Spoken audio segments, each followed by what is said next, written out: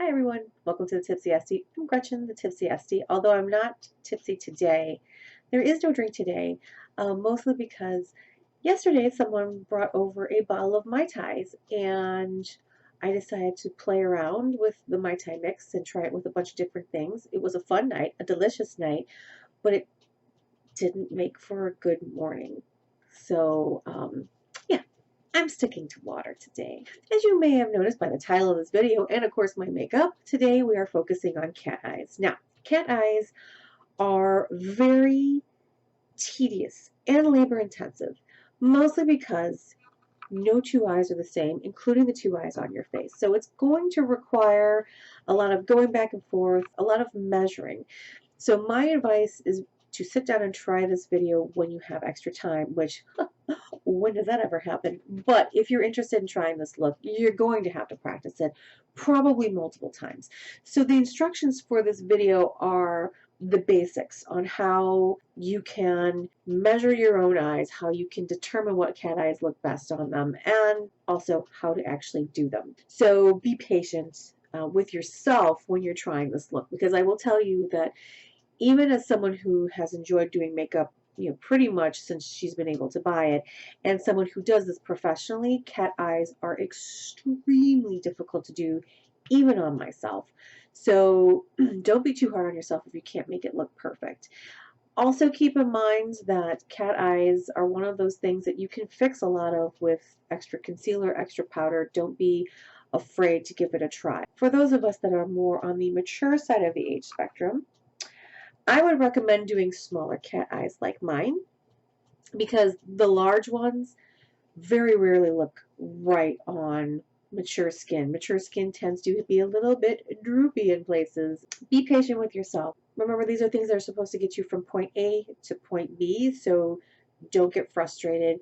Keep a lot of eye makeup remover around, keep a lot of extra concealer around and powder, and you're going to be just fine. So let's get this started.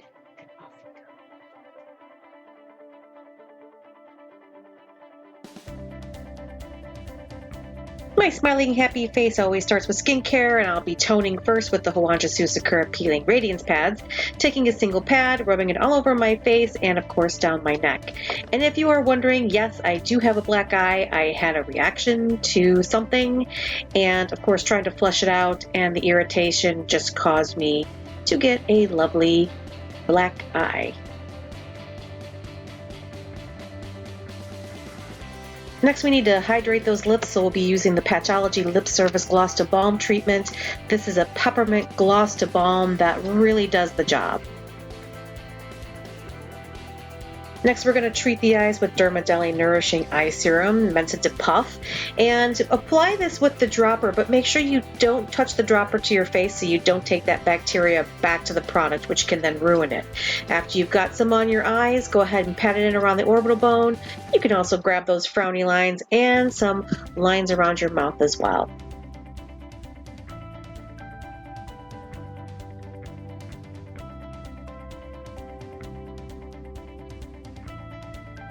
My favorite hydrating serum is still the Skin Inc. My Daily Dose of Glow Serum.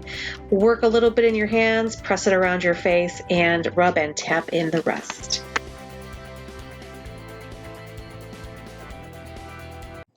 True story, I made an Italian feast yesterday, which included chopping up like an entire head of garlic, and my fingers smell like garlic, and it's so strong still. And I've done everything. I still smell garlic. I'm going to counteract some of that garlic with the sweet smell of coconut in the Avette Water Flash Coconut Water Cream. You're going to want to apply this moisturizer to hydrate your skin and make it nice and glowy, making sure you put it all over your face and down your neck.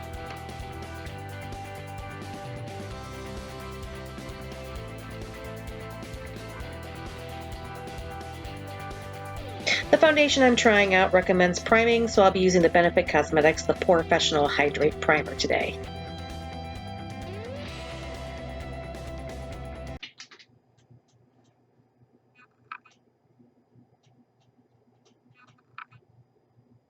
The lid is gone forever. At least until I get the Still, I feel like getting on my hands and knees and looking. Well, I did eventually get on my hands and knees and find the cap. I first started by applying the primer to my T-zone, spreading it out gently, and then tapping it into my skin. The new foundation is Pretty Vulgar Cool AF Lava Water Foundation in the shade 02, which is the Naked Truth. Hoping that this is going to buff out to a more natural looking skin tone. To start that process, I'm using the LaRuce LR335 flat foundation brush, and I'm just gently buffing that color all over my skin, making sure I spread it out to the perimeter of my face and over my eyes, around my nose, and down my neck.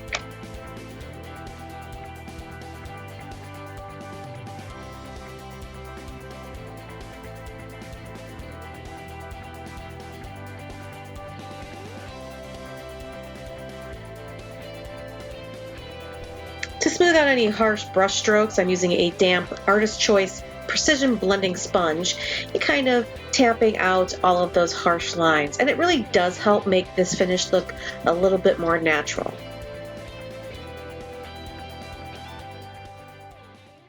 All right, in terms of this color, I'm just kind of looking at myself in different lights. It looks way light. If you put on a foundation and it looks a little bit too light, don't immediately take it off or try again. If it's just a shade or too light, you can do things like use bronzers or powders or things like that that will make it, closer to your skin tone. Now, if you go too dark, on the other hand, that's a problem. So we're going to let this sit for right now. Even though I think it's a little bit too light for my complexion, I'm not going to take it off and start over. I'm going to try to cover up that black eye with Pure 4-in-1 Love Your Selfie Longwear Foundation and Concealer in LG6, using my ring finger to place it around my eye first. Then I'm going to blend it out using the LaRuce LR222 Kabuki brush, and I'm going to spread that down beneath my orbital bone, over, of course, my eyelids, and anywhere that I think it needs it.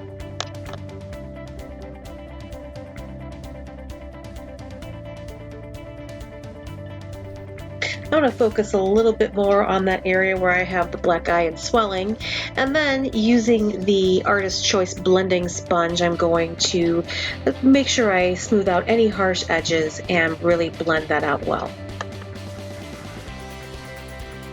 Time to set that concealer with the Sephora Matte Perfection Powder Foundation in Fair Neutral, using the MAC 196 Slanted Top Foundation brush. Just simply tap that foundation powder into your eye and then blend it out gently around the rest of your face. You can hit any other area that you feel is necessary. Priming your eyes and defining your brows are really important with a can eye look, so we're going to start with Sephora Prime Eyeshadow Primer. We're going to swipe that across our lids and then use our fingers to dab and spread the primer all over our lids and underneath.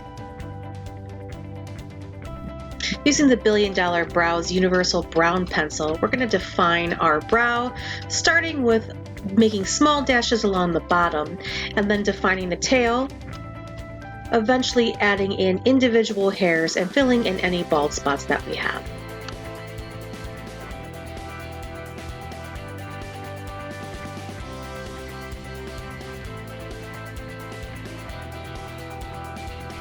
Use the spoolie side of the pencil to brush out your brows and distribute the color. Using the concealer side of the $1 Billion Brows Duo Pencil Concealer and Highlighter, we're going to draw along the bottom of that brow to really define it. Then use a smudge brush that is included to blend that concealer out.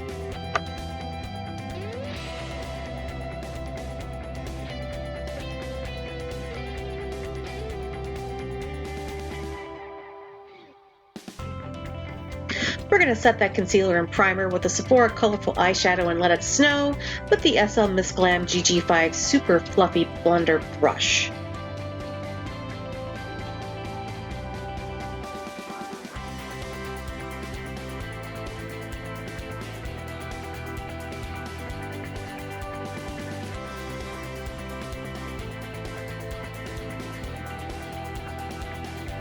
Set those brows into place with the $1 Billion Brows Brow Gel.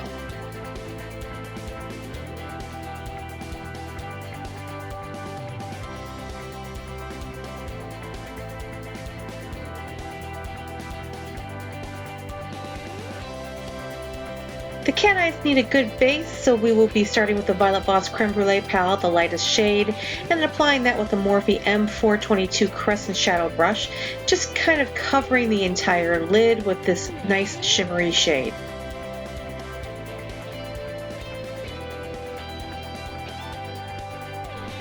Using the IBY City Limits eyeshadow palette, the color Road Trip, and the Morphe crease brush, my goal was to start contouring the eye by defining the crease. Unfortunately, the color was really way too close to the color of my actual skin tone, so even with building it up and layering it, it never really gave me the crease look that I wanted.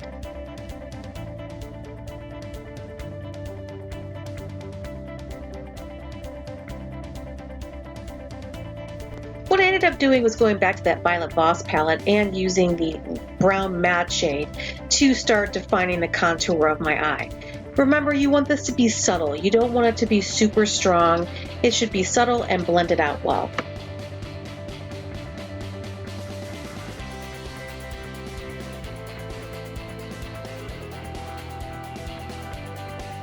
There's a couple different ways you can define your cat eye. If you are new to this, I would recommend using a blendable pencil and an angle brush. Now, this particular angle brush. Now, I know how to define my wing, but I'm going to do it on camera so you see what I'm talking about.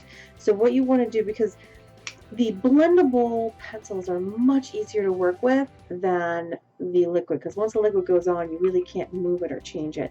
So sometimes knowing where exactly to put it can be a challenge. So what you can do when you're first starting out is take a blendable pencil like this, put it right at the corner of your eye, so give it some color, really get it in there. Take your angle brush and blend it out. Don't pull it, you can anchor it, and you can kind of start to make the shape that you want to see.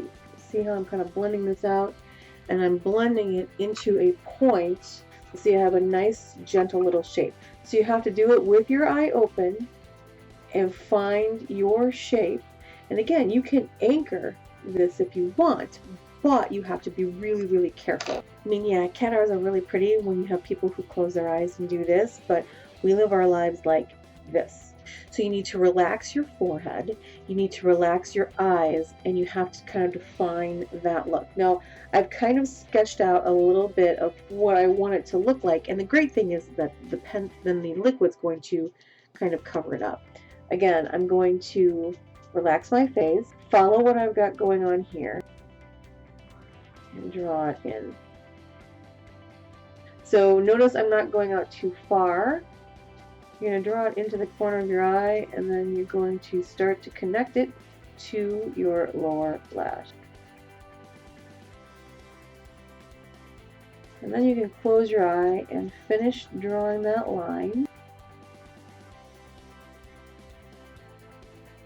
all the way across. Now it's going to be really, really tempting to fill this out, to make it this big point, but again, if you have more mature skin, you have to focus on what your eye looks like when it's open.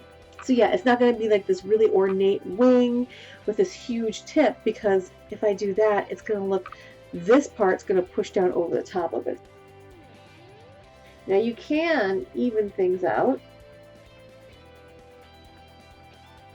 Sometimes even evening things out can be a dangerous thing. What I like to do then is once it dries, I like to go over with a black powder and define it more.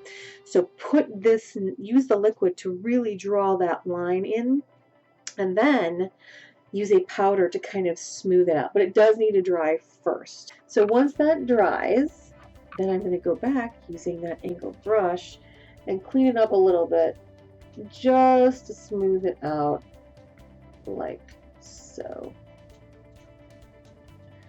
And there you go. Now something else you can do is I'm going to take a little bit of this and kind of define, lightly flick up to give a little bit of definition from there. So notice I'm putting in a little bit of that darker brown color, and I'm going directly in the crease from that wing and going up. So now you're going to define the crease from that point. Going back to the Violet Gloss Creme Brulee palette, that matte brown shadow we defined our crease with, and the crease brush we used before, you're just going to gently buff out any harsh lines that you may have. Now comes the fun part of matching the other eye as similarly as you can to the first eye. You also have to compensate for your eyes being two different shapes.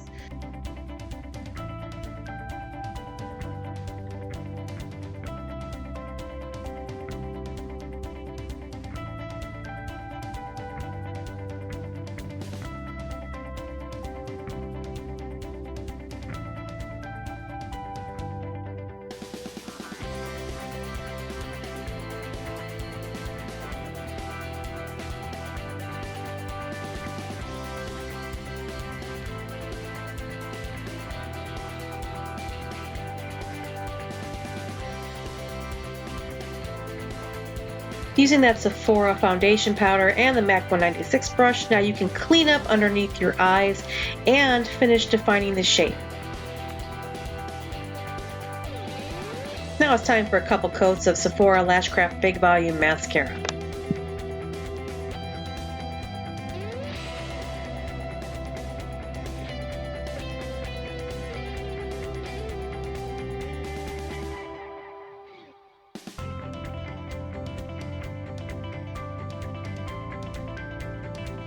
Going back to the Violet Gloss Creme Brulee palette and using that dark brown that we used to define our wing and the same angle brush, we'll lightly draw a little bit of the color underneath our eyes just to define the lower lash line.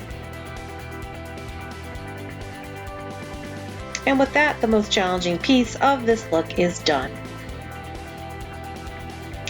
With the Mud Sparkle Contour Palette, the color Define, and the Farrah Cheeky brush, we're going to warm up our complexion and define the contours of our face. We're going to start with the hollows of our cheeks.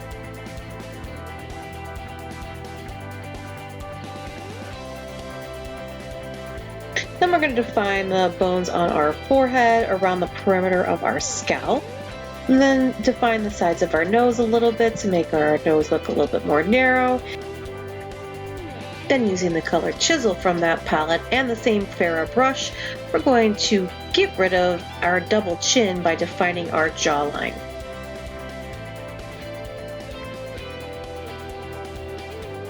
You can buff out any harsh edges with the color Define using that same brush. Sticking with the shade Define, we're going to contour underneath our lip, as well as contour underneath our nose. Using the Balm Girl Powder palette in the color Houston, we're going to warm up our cheeks just a little bit and our complexion by taking some color onto the apples of our cheeks and brushing them up onto the temples. Using the MAC 196 brush and any product that might remain on it, you can buff out any harsh edges or lines. Using the Balm Girl Powder palette in the color Fifth and the NYX 02 Pro Powder blush, we're going to give our cheeks just a little bit of sparkle by brushing some of that on the tops of the cheeks, staying away from any fine lines we may have. And don't forget to highlight down the center of the nose, the chin, and of course the Cupid's bow.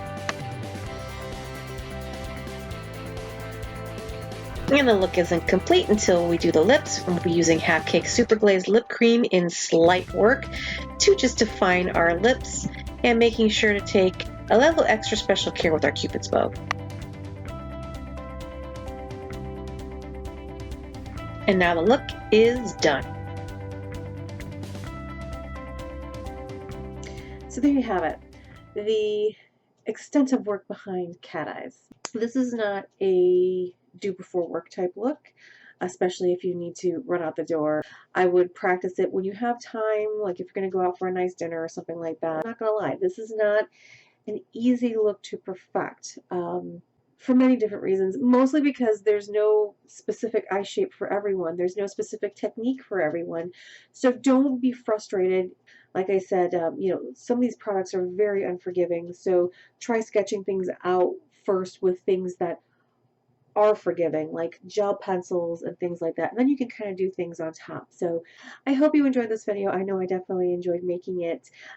Even as tedious as it can be, I always love the end result. So I really appreciate you taking the time with all that's going on to kind of jump in and watch these videos. I hope they kind of take your mind off of more stressful things every once in a while. I know that it helps me take my mind off things just doing the videos. So thank you so much again. Remember to make sure you share this video. Don't forget to like this video on YouTube and to subscribe. There's a little subscribe button somewhere around here. And make sure you share it with your friends. I still am planning on having a giveaway, so hopefully that'll be sooner than later. That's all I have to say. Be kind to each other. I hope everyone has a great day. Thanks so much for watching.